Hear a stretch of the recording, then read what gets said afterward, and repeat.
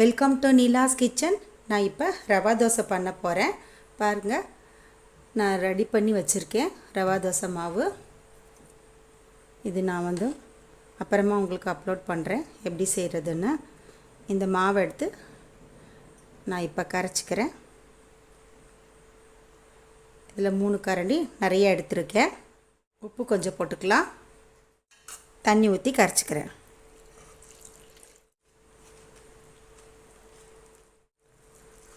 கட்டி இல்லாமல் கரைச்சிக்கலாம். பாருங்கள், இது மாதிரி கரைச்சி எடுத்தாச்சு. மிளகு, சீரகம், வெங்காயம், ஒரு பச்சை மிளகாய், கருவேப்பிலை, மல்லி இலை இதை போட்டுக்கலாம்.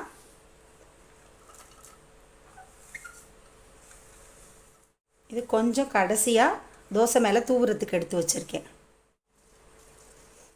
கல் காஞ்சிடுச்சு நல்லா. இப்போ தோசை ஊற்றிடலாம். ரவா தோசை. தோசை ஊற்றும் போது நம்ம ஓரத்துலேருந்து ஊற்றணும்.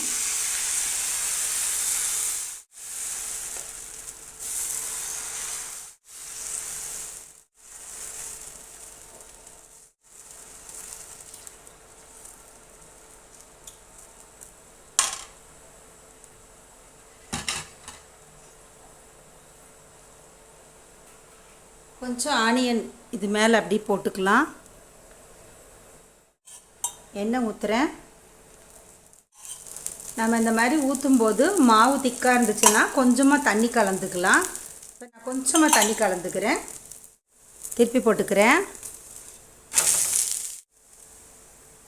ரவா தோசை ரோஸ்ட் ஆகிறதுக்கு கொஞ்சம் டைம் எடுக்கும். இது எடுத்து வச்சிடுறேன்.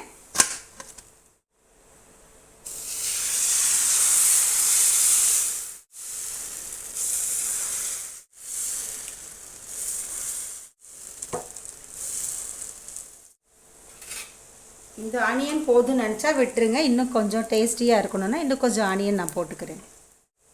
எண்ணெய் ஊற்றிக்கலாம்.